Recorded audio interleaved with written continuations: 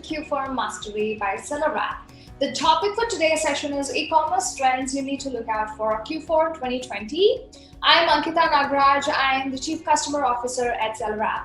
I have researched extensively and I've come up with these numbers and trends so that if you know what to expect this Q4, you can stay ahead of the curve and make the most of it.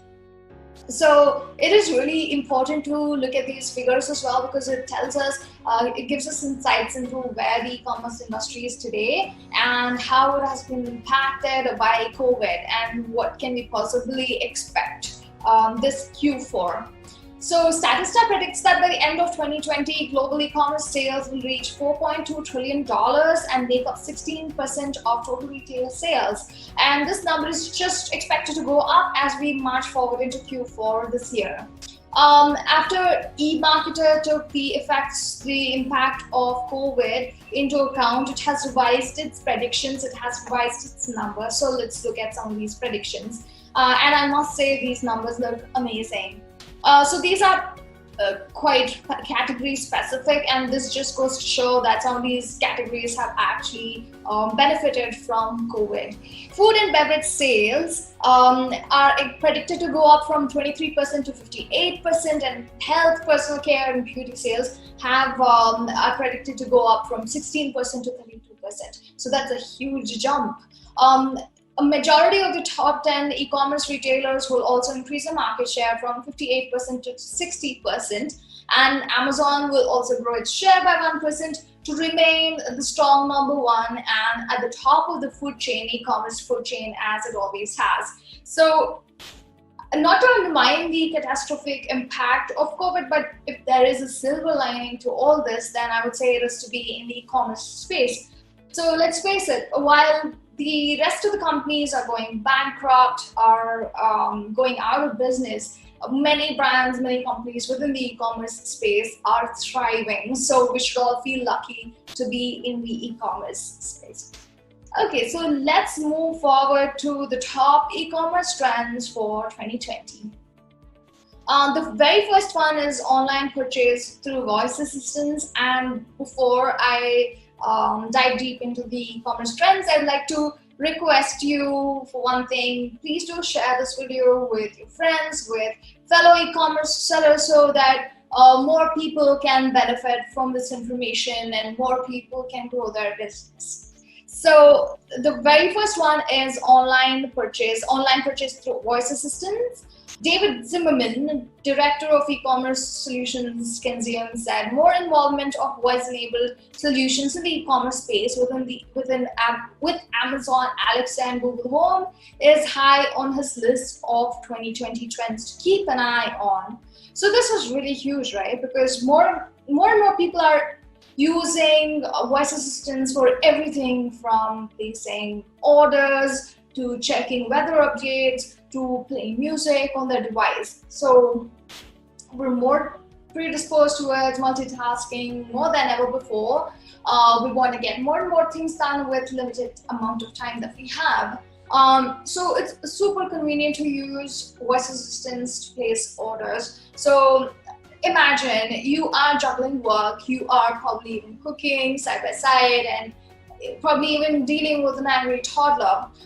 So if you realize that you are running out of milk and it is so convenient to place order for milk through voice assistant like, let's say, Alexa, within a split second, instead of going checking your phone and then spending a small amount of time just to place an order online, right? So this is a growing trend, everybody recognizes it. The word on the street is that the Amazon Choice Badge is actually awarded to products that are getting most number of orders through Alexa. So there are also other factors taken into consideration like price, reviews and ratings, but getting orders through voice assistants is a really big one. So you need to pay attention to this trend. Also sort of identify how are people placing these orders, what keywords are they using, and how you can capitalize this. So this is a pretty good trend and you should be paying attention to it. The second trend is augmented reality makes online shopping more real. if you ask me, the only drawback that I see with the current online shopping model is the lack of touch and feel. You could be buying clothes, you could be buying furniture, you could be buying wall paint, but until it is in your hands, you never know what you actually purchased. So this gap is being bridged by augmented reality. This D2C furniture brand called Burrow experimented with AR kits wherein they install this app on shoppers' devices and they actually showcase their furniture in the living spaces of their customers. So if a shopper is planning to buy a couch, they can actually see how the couch will fit into their living room through this app. So this is a pretty unique and innovative way to shop, if you ask me. And this trend is also going bigger and bigger, and if you are selling through an independent e-commerce platform, I would highly suggest you to sort of see if this is an option for you and if this can actually help you increase sales and grow your business. I see a huge potential for this trend, especially in the fashion industry, and it applies to plenty of others as well. Next trend is videos as conversion optimization tool. Study conducted by Builderfly shows that 62% of consumers watch product review videos before making a purchase. 84% of consumers surveyed were convinced to buy a product or service after watching a brand's video. 84%. 97% of video marketers reported that video increased their user understanding of a product or service, and 76% reported video helped them increase sales, and including a video on your landing page can increase conversions by more than 80%. And 56% of consumers believe that a company should have video content on its website. All of these numbers are pretty solid. It just goes to show that if you have the videos in the right place, it can actually positively impact your sales and conversions. Videos can be used as a tool to educate, showcase brand and products, answer questions, and drive organic traffic. Videos are the ultimate tool to boost engagement. Amazon has also recognized the potential of videos, because of which it has released several new features that integrate videos in several different touch points. So for example, it recently launched Amazon sponsored brand video ads. Now everybody can have a video in the product listing page and several things like that, right? Amazon has created multiple opportunities for brands to interact with shoppers directly through videos, and it has impacted sales and conversions as well. So if you've been ignoring videos, I think it's time to pay attention. Okay, so the next trend is sustainability is the way forward for our generation and the generations to come. We really need to think hard about how our actions impact the earth. And thankfully, more and more people are becoming aware of the consequences of their purchasing decisions and want to shop consciously. Because of this, the sustainability as a trend has been created. So there's more demand for products that have one or two elements of sustainability. For example, you could be selling products with sustainable packaging. You could be selling products that are upcycled or recycled or inherently sustainable products. So just make sure that you at least have like a couple of elements integrated in your product that are sustainable, and you'll see its results immediately. Okay, so the next trend is brands are going D2C, direct to consumers. If you look at traditional retail chain, the manufacturers or the suppliers would sell to wholesalers, then the wholesalers would then sell to distributors to retail chains, and then it would reach the consumers, right? So there are several different parties involved in the whole chain, and there are a lot of middlemen, because of which it takes a really long time for the manufacturers to reach consumers. because of the pandemic, a lot of brick and mortar stores have been closed, and this has significantly impacted the whole supply chain, because of which manufacturers are directly going to consumers now. They are selling through different e-commerce websites directly to consumers, and this trend is supposedly going really big in 2020. A lot of the brands have already started going D2C, and in our previous example about the furniture company, they're also a manufacturer selling directly to consumers. So everybody is predicting this trend to become extremely big in 2020. So if you are a private label seller, then you need to just make sure that you're not selling the same products as your manufacturers, who can directly reach out to the consumers themselves. Okay, let's move on to the next trend, which is second-hand market is on the rise. This is a growing trend, especially among millennials, and again takes root in the sustainability trend. I would say there's a huge demand for especially second-hand apparel, because people are realizing how fast fashion is impacting the earth and the challenges that come with purchasing a lot of first-hand products, right? So again, thrift fashion or second-hand products are more affordable, so it could be even that. But either way, the trend is here to stay, so you need to find out what second-hand products are in demand. Like, not every second-hand product would be in demand, right? So you need to identify the products that are in used products that are in demand, figure out what marketing and sales channels can you use, and also the profit margins. If it makes sense to you, you can always look at entering this space. Okay, customer service through chatbots. I wouldn't say this is a brand new trend, because brands have been effectively implementing this in their websites for quite a few years now, and chatbots are really effective. A recent study conducted by HubSpot shows that 48% of consumers would prefer live chat over other channels of communication. That's like half of the people prefer live chat. And chatbots have proven to provide superior customer service and support.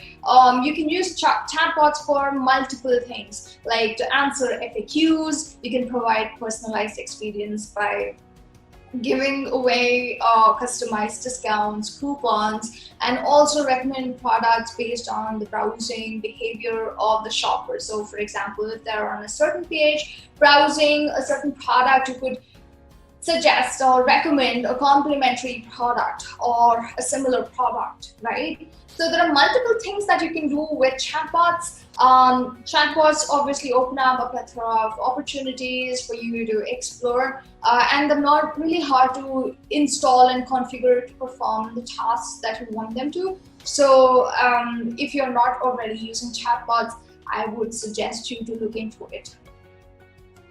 The next trend is social commerce. This is a very interesting one, and I especially like it because of the convenience it brings with it. So social commerce is nothing but online shopping via social media pages. So for example, if you're on Instagram, you see an ad and you don't really have to get out of Instagram, go to the main website to place an order. Instagram launched a new application, a new feature called Instagram Shopping, which enables the shoppers to directly purchase the product within the app itself, instead of getting out of the app to the main website to buy it. So this again is super convenient. This also increases the dropout rates. This increases conversions, because of which it makes more sense for most of the brands to do this. And I'm guessing that more and more platforms will integrate this into their platform, and I believe Facebook Marketplace should be the first one in the line to do this. It just makes a lot of sense, and I see this as a logical next step for e-commerce to evolve. Okay, so what is the next trend? Subscription services. This is a pretty common one.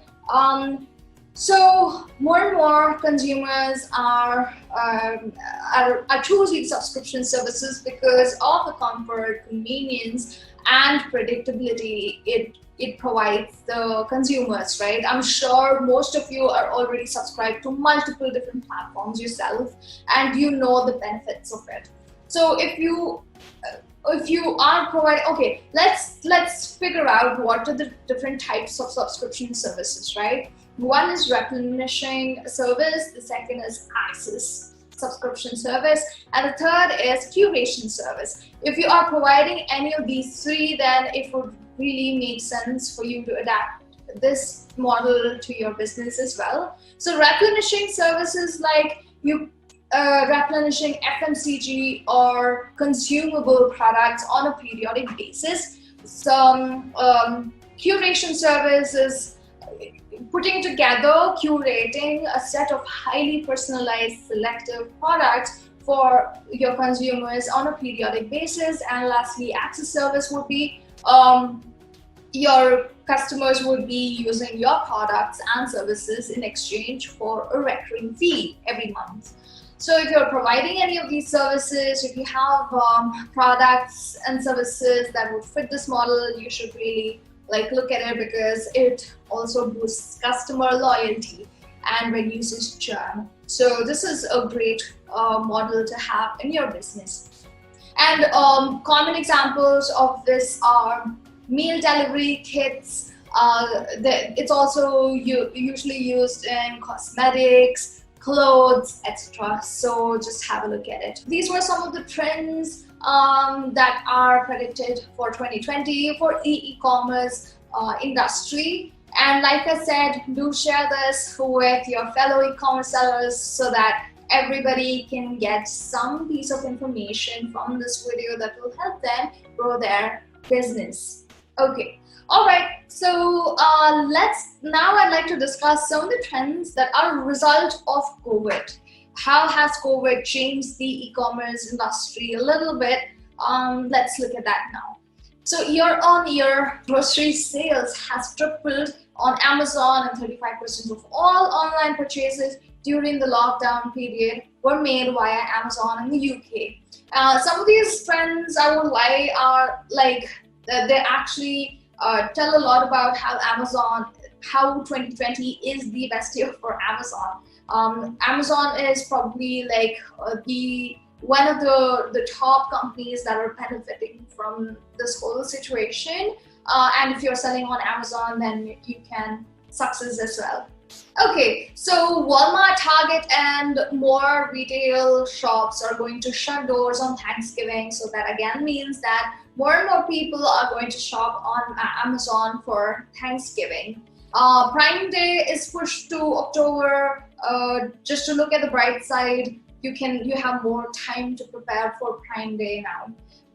So there's a rise of new categories called new essentials. These are the products that help customers feel a little more comfortable at home. So it helps them work better, be more productive, have a healthier lifestyle, have an active lifestyle, keep their families happy. So some of the categories includes, cosmetics, fitness equipments, office supplies, housewares, home improvement, toys, and hobby-related products. If you look at the last trend in this page, the top 5 categories for year-over-year page view growth are toys and games, arts and entertainment, sporting goods, animals and pet supplies, business, and industrial. So these are closely tied with the new essentials, and this just goes to show that more and more people are purchasing products from these categories. So if you're looking at entering new categories for Q4, you can have a look at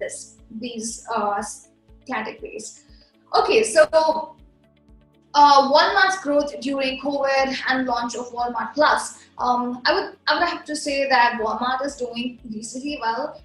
In order to compete with Amazon Prime, Walmart is about to launch Walmart Plus, a membership program that appears to be a rebranding of Walmart's existing subscription service called $98 per year grocery unlimited service, which includes free unlimited same day delivery of grocery and other items. Walmart has also beat eBay in e-commerce sales, ranked number 2 in the e-commerce food chain. So I would have to say that 2020 has been quite a good year for Walmart as well. If you're not selling on Walmart already, then you should be looking at selling on Walmart.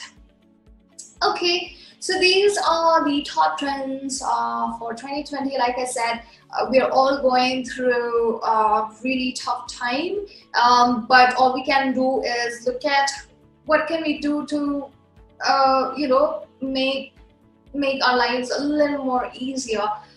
So that's why all of these trends will help us to look at the silver lining during this period. Okay, before we wrap up, I wanted to show you the sales trends for different sectors. Like I've taken an example of B2B non-essential, B2C essential, and B2C non-essential. So these are our clients. I just wanted to show you how the sales have, what is the sales trends during 2020 for these clients. So if you look at B2B non-essential client, their sales have been increasing, especially after COVID. So March, April, May have been the crucial months where the lockdown started and the sales were expected to dip. But if you look at this B2B, they're a pretty big brand, but still their sales started soaring during these months. So there was a huge dip in the month of March. But April and May and June have been really good. And then again, you can see a slight dip in the month of August, but we haven't completed August month yet. So the CPC have also been sort of like under control for this particular space. B2C essentials, they are a pretty big brand again. In the B2C essential sector. So if you look at it, this year has been especially really good for them.